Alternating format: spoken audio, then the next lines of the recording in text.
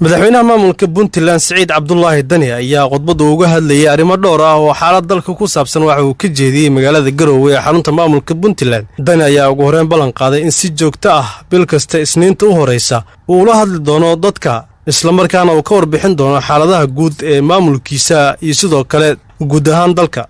madaxweyne Dani ayaa qaybaha hore ee khudbadiisa uga hadlay saameynta cudurka coronavirus ee dunida gaar ahaan tan uu ku yeeshay dalka isagoo tacsi u diray dhammaan dadkii Soomaaliyeed ee dalalka caalamka ugu geeriyooday cudurkaasi. madaxweynaha maamulka Puntland Saciid Dani ayaa aad u bogaadiyay dadaalada socda ee lagu qaboojinayo siyaasadda Galmudug isagoo si weyn u amaanay madaxweynaha cusub ee maamulkaasi Axmed Cabdi Kaari Qorqor. waa arrin lagu farxo in madaxweynihii hore ee Galmudug xaaf uu tagay magaalada Dhuusamareeb isla markaana uu diyaar u yahay in dhismaha maamulkaasi uu qayb ka qaato. waxaan uga mahadcelinayaa madaxweyne Qorqor samirkii dadaalku uu sameeyay sidii uu dib u heshiisiin lahaa dadkii isku haya arrimaha Galmudug. Saciid Dani oo sii hadlayay ayaa yiri waxaa muuqata markii Galmudug loo madax banaaneeyay siyaasadeeda oo ay dawladda dhexe waqti siiso ay faraha kala baxday inay arrimahooda xalisteen. waana arrin lagu farxo oo aan ku bogaadinayno in deegaan kasta oo dalka ka mid ah uu arrimihiisa xalisto. waxaan uga mahadcelinayaa madaxweyne Qorqor sabirka iyo dadaalka iyo wanaagga uu u sameeyay sidoo dib heshiisiin u abuur lahaa. waxaana muuqata markii Galmudug ay isku kaliyeysatay dadkeedu oo runtii dawladda dhexe ay waqti siisay inay arrimahooda xalisteen. waana arrin lagu farxo oo aan ku baraarujinayno kuna bogaadin doono deegaan walba dadkiisu inay arrimahooda ay xalistaan. madaxweyne Saciid Dani ayaa sidoo kale ka hadlay wadahadallo u dhaxeeya madaxweynaha maamulka Jubbaland Axmed Madoobe iyo sidoo kale xubno ka socda garabka la magacaabaxay isbedel doonka Jubbaland oo ka dhacay magaalada Nairobi ee xarunta dalka Kenya isagoo ugu baaqay maamulkaasi inay xalistaan arrimaha dhexdooda ah si la mid ah maamulka Galmudug. Axmed Maxamed Islaam Axmed Madoobe madaxweynaha maamulka Jubbaland ayaa waxaa lagu soo waramayaa inuu qarka ku saaran yahay inuu iska casilo xilka madaxweyne ee maamulkaasi kadib dhawarjibin uga timid xubno maamulkiisa ka tirsan oo ku wararka ka imaanaya magaalada Kismaayo ee xarunta maamulka Jubbaland ayaa waxaa lagu soo waramayaa in magaaladaasi maanta la isla dhaxmarayo hadalhayn ku saabsan iscasilaadda madaxweynaha maamulka Jubbaland kadib markii la sheegay in dhabarjabin ay uga timid wasiirkiisa maaliyadda ee lagu magacaabo Cabdirashiid Jire Qalinle oo ah nin saameyn ku leh maamulkaasi. waxaa lagu soo waramayaa in wasiirka maaliyadda maamulka Jubbaland uu qadka taleefanka kula hadlay mas'uuliyiin ka tirsan dawladda federaalka ee Soomaaliya isla markaana loo sheegay in dawladda uu kala shaqeeyo sidii loo afgambin lahaa madaxweynaha maamulka Jubbaland Axmed Maxamed Islaam Axmed Madoobe oo khilaaf culus oo kala dhaxeeyo dawladda federaalka ee Soomaaliya oo aan ku qanacsanayn habkii doorasho ee Kismaayo lagu qabtay. Axmed Madoobe ayaa markii uu ka warhelay in wasiirkiisa dawladda macsan yahay dhabarjabin uu ku sameeyo ayaa waxa uu sameeyay in ciidamo aad u fara badan uu soo geliyay magaalada Kismaayo si ay u difaacaan isla markaana ay kaga hortagaan weerar walba oo la damacsan yahay isagoo sidoo kalena amray in ciidamadiisa ay heegan buuxa galaan. Cabdirashiid Jire Qalinle ayaa ah nin saameyn weyn ku leh maamulka Jubbaland isagoo la sheegay inuu yahay qofka saddexaad ee ugu awoodda badan maamulka Jubbaland isla markaana uu ku kalsoon yahay madaxweynaha maamulkaasi Axmed Maxamed Islaam Axmed Madoobe. haddii wasiirka maaliyadda Jubbaland oo aqbalo dalabkii ugu yimid dawladda federaalka ee Soomaaliya ayaa waxaa lagu waramayaa in Axmed Madoobe uu halis ku jiro isla markaana ay macquul ay tahay inuu hirgalo hadafkii dawladda ee ahaa inay la wareegto maamulkaasi isla markaana meesha laga tuuro madaxweynaha Jubbaland Axmed Maxamed Islaam Axmed Madoobe. madaxweynaha Jubbaland ayaa waxaa hortaala laba daran mid dooro oo ah inuu iska casilo xilka maamulkaasi maadaama uu soo wajahay culays aad u fara badan oo kaga imaanaya dhanka dawladda ama sidoo kale inuu galo difaac ama uu ku dagaalamo inuu sii joogo magaalada Kismaayo si uu u sii ahaado madaxweynaha maamulka Jubbaland. wixii warar oo ku soo kordha arrimaha Jubbaland wararkeena iyo warbixinadeena dambe ayaad ku maqli doontaan insha Allah. agaasimaha hay'adda nabad sugidda iyo sirdoonka qaranka Soomaaliya Faad Yaasiin ayaa magacaabay taliyaha cusub ee qaybta NISA ee gobolka Banaadir sida ay inoo sheegeen ila waradyo lagu kalsoon yahay. agaasime Faad Yaasiin ayaa xilkan u magacaabay sargaal lagu magacaabay Yaasiin Farey oo ahaa madaxii ilaaladiisa gaarka ah. xilkan ayaa waxaa 3 Maarso laga qaaday Ibraahim Macalin iyadoo aan wax sabab ah la sheegin. Yaasiin Farey ayaa la sheegay inuu yahay nin dhalinyaro ah oo howlkar ah isla markaana leh taariikh wanaagsan oo waxqabad ah isagoo muddo la soo shaqaynayay hay'adda NISA ayaa soo martay isbedello dhowr ah oo kala duwan tan iyo markii uu hoggaankeedu qabtay Faad Yaasiin kuwaas oo lagu hagaajinayo shaqada hay'adda. isbedeladan ayaa laga dareemay magaalada Muqdisho iyadoo ay aad u yaraadeen qaraxyada iyo dilalka ay kooxda Al-Shabaab ka fulin jirtay magaalada Muqdisho. xasan Sheekh Maxamuud madaxweynihii hore ee Soomaaliya ayaa si kulul uga hadlay dagaal beeleedyada ka dhacaya deegaanada duleedka kaga beegan magaalada Kismaayo iyo degmada Walaweyn ee gobolka Shabeellaha Hoose. madaxweynihii hore ee Soomaaliya Xasan Sheekh Maxamuud ayaa odayaasha dhaqanka iyo hogaamiyaasha ka soo jeeda deegaanada lagu dagaalamayo ka dalbaday inay ka qayb qaataan sidii loo joojin lahaa dagaal beeleedyadaasi. hogaamiyaasha odayaasha beelaha iyo guud ahaan dadweynaha reer Jubbaland iyo Koonfur Galbeed waxaan ugu baaqayaa inay u guntadaan joojinta colaadda ka dhex taagan walaalaha dagaalamaya ee deegaanadooda ayuu yiri Xasan Sheekh Maxamuud. qaar ka mid ah gobolada dalka ayaa haatan waxaa ka taagan colaad u dhaxaysa laba maleeshiya beeleed kaasi oo geysatay khasaare isugu jirta dhimasho iyo dhaawac. warar dheeraad ah ayaa waxa ay ka soo baxayaan diyaarado dagaal oo duqeymo ka fuliyay duleedka degmada Jilib ee gobolka Jubbada Hoose.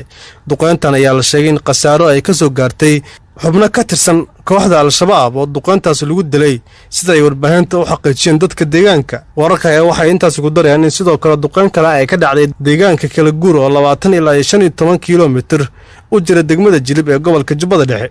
ma jiraan xog intaas ka dheer oo laga helay duqeynta ka dhacday gobolka Jubbada Dhexe. dowladda federaalka ee Soomaaliya ayaa lagu wareejiyay lacag dhan $100,000 oo loogu talagalay ka hortagga iyo la tacaalidda kiisaska la xiriira cudurka coronavirus oo haatan dalka ku jira. lacagtan ayaa ka timid urur goboleedka IGAD oo ay ka tirsan tahay dowladda Soomaaliya, waxaana war ka soo baxay xafiiska xogayaha ururka lagu sheegay in deeqdan lacageed ay iska soo aruuriyeen shaqaalaha ururka IGAD. ilaa iyo 430 ka tirsan shaqaalaha urur goboleedka IGAD ayaa iska soo aruuriyay lacag dhan $700,000 si la dagaalanka COVID-19 ay uga caawiyaan wadamada ku midaysan IGAD oo si siman loogu qaybiyay lacagahaasi. deeqdaasi lacageed Soomaaliya waxa uga soo aaday $100,000 waxaana xubnaha ururka ka gudoomay xogayaha joogtada ee wasaaradda arrimaha dibadda iyo iskaashiga caalamiga ee Soomaaliya. shaqaalaha iska soo aruuriyay lacagtan ee IGAD ayaa ka soo kala jeeda dhammaan dalalka ku boobay urur goboleedkan, waxayna tabarucadan ku tilmaameen hindise ay muwaadiniinta gobolka ugu garab siinayaan la dagaalanka xanuunka dunida. ugu dambeyn ra'iisul wasaarihii hore ee dalka Liibiya ayaa waxaa lagu soo waramayaa inuu u geeriyooday cudurka dilaaga ah ee coronavirus. Maxamed Jibriil oo ahaa ra'iisul wasaarihii hore ee waddanka Liibiya ayaa u geeriyooday cudurka coronavirus, waxaana Maxamuud Jibriil oo daadiisu ay ahayd 68 sano jir maalmihii dambe uu la xanuunsanayay cudurkan. xogayihii isbahaysiga ciidamada qaranka uu aasaasay Jibriil 2012 ayaa xaqiijiyay geerida Maxamuud Jibriil.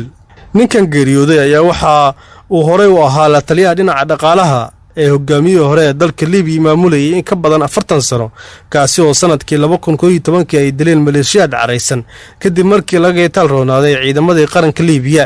Mr. Maxamuud ayaa waxa aad loogu xasuustaa kacdoonkii ka dhacay waddanka Liibiya sanadkii 2011 xilligaas oo madaxa uu ahaa jabhaddii ku kacsanaa xukunkii Mr. Qadaafi, jabhaddaasi oo taageero buuxda ka helaysay Mareykanka iyo dalalka NATO. iyadoo maalmihii ugu dambeeyay magaalada Wajaale laga taabageliyay barnaamijka iskaashiga shacbiga iyo dawladda u dhaxeeya ayaa barnaamijkaasi waxa uu sahlay dhismaha wadooyin si wada jir ah looga hirgeliyay qaar ka mid ah xaafadaha magaalada Wajaale. xaafadaha bariga magaalada Wajaale ayaa iyagoo kaashanaya maamulka dawladda hoose degmada Wajaale kana faa'iideysanaya barnaamijka iskaashiga waxay sameeyeen wada dhex maraysa xaafadaha bariga magaalada, waxaana wadadaasi loogu magac daray Weysha. maamulka dawladda hoose degmada Wajaale oo fidinaya wadadan ayaa sidoo kale qaaday hawlgal lagu banaynayo sagarooyinka iyo goobaha la ootay ee soo galay wadada, isla marhaantana ku jiray goobihii uu maray tombalenka magaalada loo yagleelay. wadadan laga sameeyay xaafadaha bariga ayaa fududeyn doonta isu socodka bulshada iyo gaadiidka, iyadoo sidoo kale lagaga raysan doono dhibaatadii bulshada ka haysatay xaafadan xilli roobaadka. haddaba telefishinka Sahan ayaa qaar ka mid ah bulshada Wajaale wax ka weydiiyay bal siday u arkaan qorshahan iskaashiga shacbiga iyo dawladda ee lagu hirgelinayo wadooyinka. waxayna yiraahdeen wadada hadarkasan waxa iska kaashanaya dawladda hoose iyo dadweynaha xaafadan degan.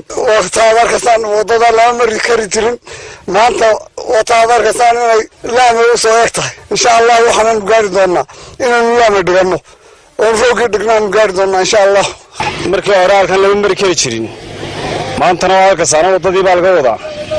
dadka waxaan ugu digaynaa inay wadooyinka ilaashadaan, ay waxay kala ka bixinayaan ka bixiyaan. marka dawladda hoose aad iyo aad ma hambaliyana.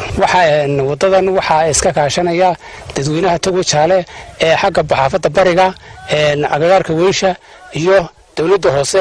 marka horumarka ay dawladda hoose gaadhay iyo wadooyinka ay balaadhinayso aad iyo aad baan u soo dhaweynaynaa. wadooyinka hala ilaashado, horumarka wadankana ha laga qayb galo.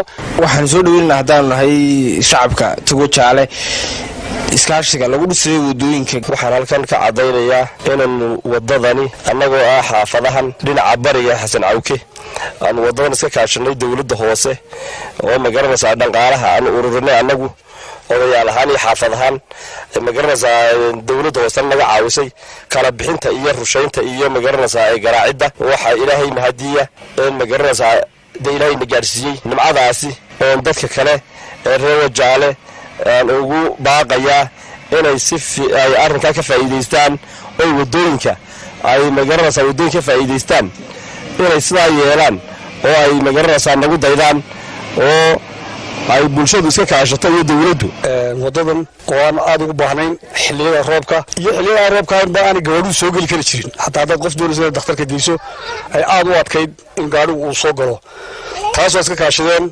dawladda hoose iyo shacabka gaar ahaan xaafadan aad baan soo dhaweynaa idinkana waa idin madaleynaa waxaan kula jecelahay inay ku daydaan xaafadaha kale sida ay magaranaysaa wanaagsan ee xaafadan bariga ay samaysay iyo qof kasta wax qabad sameynaya ay dawladda hoose taageeri doonto Wajaale aad baan ugu mahadnaqaynaa dawladda hoose iyo shacabka xaafadan degan oo iska kaashaday hirgelinta wadadan waxaan soo dhaweynayaa anigoo ku hadlaya bulshada afkeega iskaashiga horumarineed ee ka socda magaala ganacsiyada degmada Togmajoole xagga horumarinta jidadka iskaashiga ay sameynayaan maamulka dawladda hoose iyo shacabka ku nool magaala ganacsiyada degmada Togmajoole aad iyo aad baan soo dhaweynaynaa bulshadana waxaan leeyahay haddii gacmaha la isqabsan waayo waxa ma hirgalaan waa in sidaa gacmaha la isku qabsaday iyo horumarintu ku shaqaynaysaa waxna inoogu hagaagayaan bulshada waxaan ku wacyigelinaynaa inay